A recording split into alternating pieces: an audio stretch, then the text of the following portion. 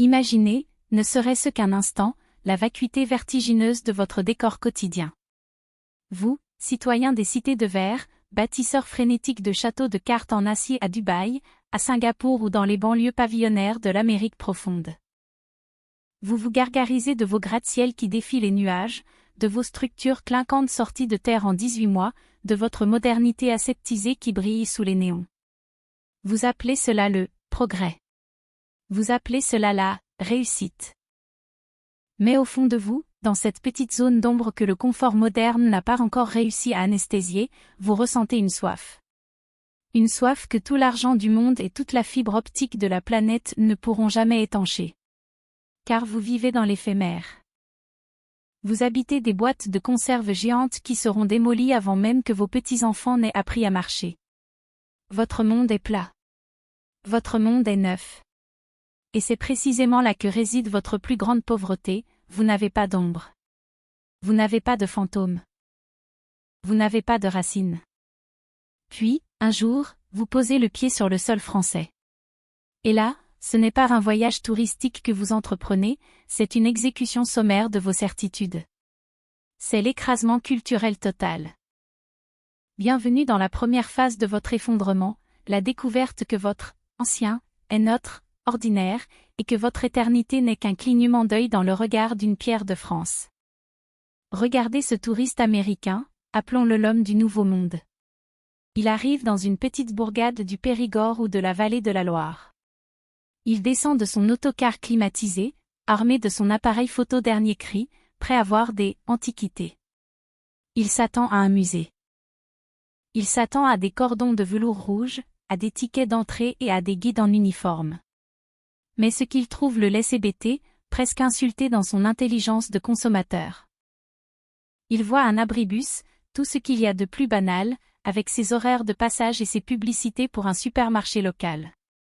Et juste là, à 3 mètres, s'élève une église romane du XIIe siècle. Elle n'est pas protégée par une cloche de verre. Elle n'est pas isolée du monde. Elle est là, massive, indifférente, ses murs de calcaire mangés par le lichen, ses gargouilles défiant les siècles avec une morgue insupportable. Les habitants du village passent devant sans même lever les yeux. Ils appuient leurs vélos contre les contreforts qui ont vu passer les armées de Richard Cœur de Lion. Ils fument des cigarettes à l'ombre d'un Porsche qui a entendu les prières des croisés partant pour Jérusalem. Pour l'homme du Nouveau Monde, c'est une agression métaphysique. Dans son pays, un bâtiment de 100 ans est classé monument historique. On en parle dans les journaux, on organise des visites scolaires, on le traite comme une relique fragile. Ici, en France, le XIIe siècle, c'est juste le décor d'une fin d'après-midi pluvieuse. C'est le mur d'enceinte d'un potager.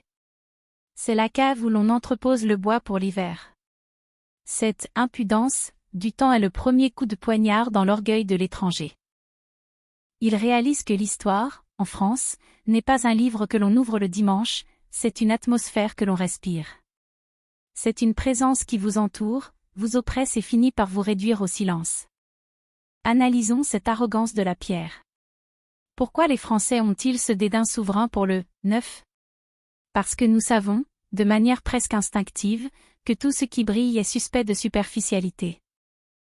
Pour un Français, une maison qui n'a pas vu passer au moins 3 siècles de drames familiaux, de naissance et de deuil n'est pas une maison, c'est un refuge temporaire. Nous vivons dans des demeures qui ont une mémoire. Vos cloisons en plâtre et vos parquets flottants sont des insultes à la notion de demeure. Nous habitons des murs qui ont entendu les rumeurs de la Révolution, des escaliers de pierre usés par les pas de générations de paysans ou de nobles dont les noms mêmes ont été oubliés par l'histoire officielle, mais dont l'énergie imprègne encore chaque recoin. L'étranger marche dans une ruelle de Sarlat ou de Dinan, et il est pris de vertige. Ce n'est pas le vertige des hauteurs, c'est le vertige de la profondeur. Il regarde les maisons à colombages, les façades de tuffeau, les toits d'ardoise. Il essaie de calculer l'âge de ce qu'il voit. 15e siècle ?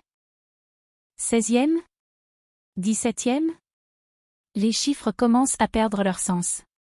Il réalise que sa propre nation, sa fière patrie qu'il croyait être le centre de l'univers, n'existait même pas lorsque ses fenêtres ont été taillées. Sa culture est un bébé qui hurle dans son berceau, alors que la France est une vieille dame élégante qui a déjà tout vu, tout entendu, et qui n'a plus rien à prouver. Cette asymétrie temporelle crée une crise existentielle chez le visiteur. Il se sent petit. Non pas petit comme on se sent devant une montagne, mais petit comme on se sent devant une vérité immuable. Il réalise que sa vie, ses ambitions, ses succès financiers, tout cela ne pèse rien face à la pérennité d'un pont médiéval sur lequel les paysans passent encore tous les matins pour aller au marché. La France lui renvoie l'image de sa propre finitude. Elle lui hurle à la figure que le progrès technologique n'est qu'un gadget dérisoire face à la puissance de la tradition. Et puis, il y a la SNHCTHMM, l'humiliation esthétique. Regardez la haine que ressent secrètement le touriste face à la beauté gratuite. Dans les villes modernes, la beauté est un luxe calculé, un investissement immobilier, un argument de vente. En France, la beauté est un accident historique permanent. Une porte cochère rouillée, une fenêtre asymétrique, un clocher qui dépasse d'un champ de tournesol. Rien de tout cela n'a été conçu pour Instagram. Rien de tout cela n'est un produit. C'est le résultat organique d'une sédimentation culturelle millénaire. Mettez une tour en verre de 40 étages, aussi technologique soit-elle, à côté d'un donjon du XIe siècle en ruine. La tour a l'air de quoi? Elle a l'air d'un jouet.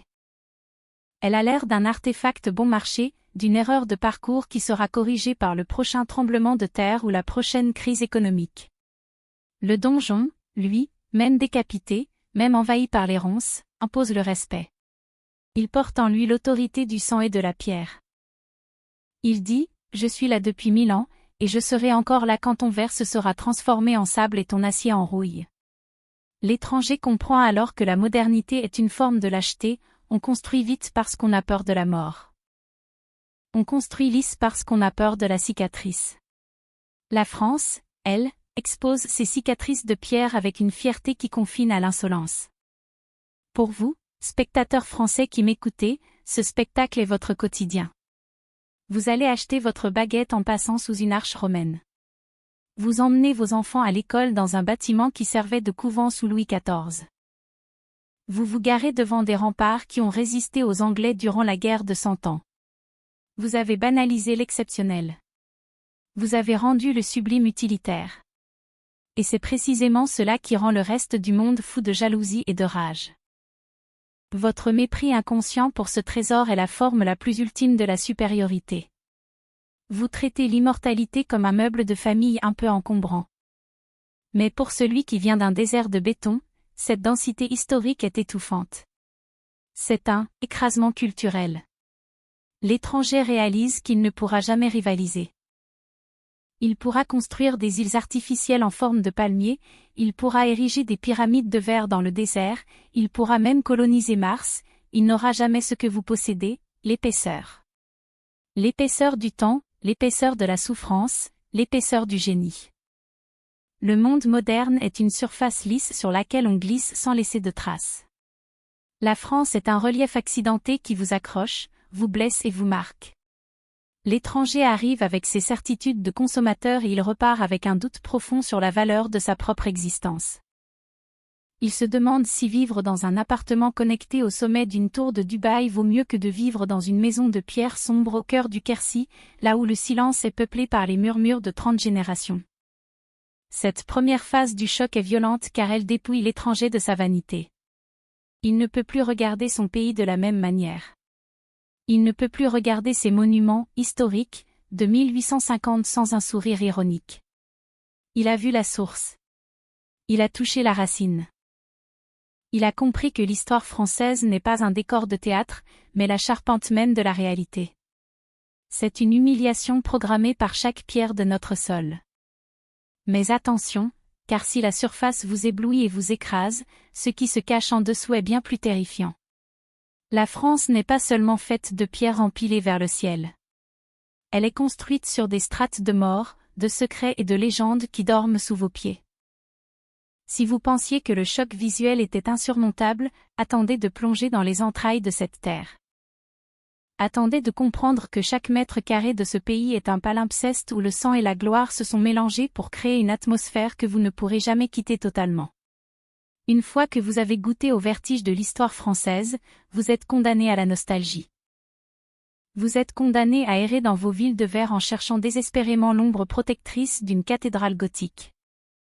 Vous pensiez être venu visiter un pays. Vous avez en réalité pénétré dans un organisme vivant qui dévore votre notion du présent. La suite de ce voyage ne sera pas plus douce. Nous allons descendre dans les profondeurs. Nous allons explorer les bangmas, les fantômes, qui hantent nos rues et pourquoi l'étranger finit par se sentir comme un intrus dans une fête de famille qui dure depuis 1000 ans. Français, soyez fiers. Monde, soyez prêts.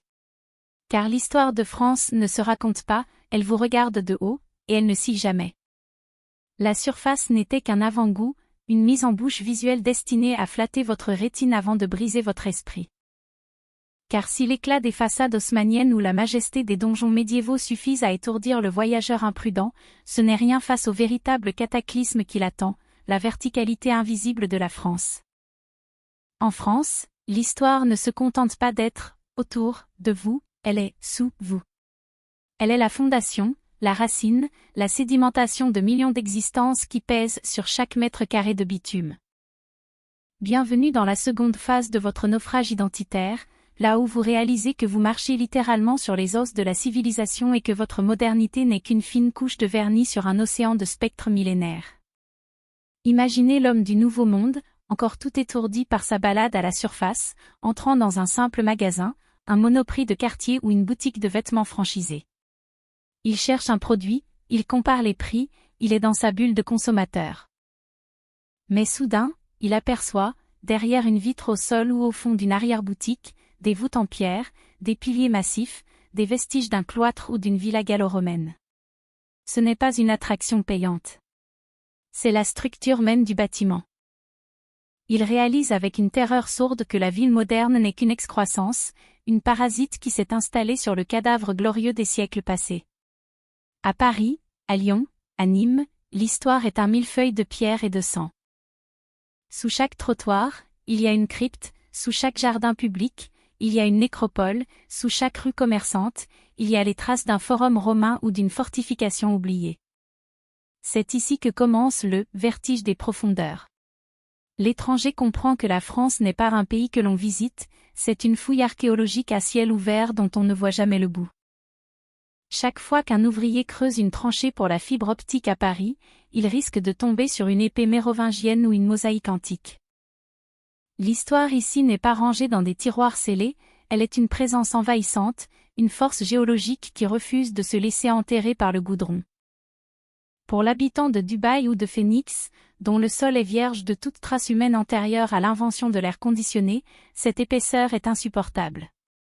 Elle est la preuve que sa propre terre est stérile, dépourvue de ce que nous appelons le « génie du lieu ». Parlons de cette sensation d'épuisement culturel qui frappe les touristes après 3 jours en France. Ce n'est pas de la fatigue physique, c'est une saturation de l'âme. Le cerveau humain, formaté par la vitesse de TikTok et la superficialité des réseaux sociaux, n'est pas conçu pour traiter une telle densité de sens. Partout où l'œil se pose, il y a un symbole, une scarification du temps, une intention architecturale vieille de 500 ans. L'étranger se sent comme un enfant qui essaierait de lire une encyclopédie en 10 minutes. Il est submergé par la fatigue de la beauté. Il réalise que chaque détail, du heurtoir d'une porte à la courbure d'un toit d'ardoise, porte une charge historique qu'il est incapable de décoder. Il se sent comme un intrus dans une bibliothèque infinie dont il ne possède pas la clé. Et c'est là que le conflit éclate entre la France et le reste du monde. Pourquoi le monde moderne essaie-t-il désespérément de « disneyiser » son histoire? Pourquoi construit-on des parcs d'attractions médiévaux en Allemagne ou des faux villages européens en Chine et à Las Vegas? Parce que ces nations ont soif de ce que la France possède naturellement, mais elles commettent une erreur fatale, elles pensent que l'on peut fabriquer le temps. Elles pensent que si l'on copie la forme d'une tourelle ou la couleur d'une pierre, on obtient de l'histoire.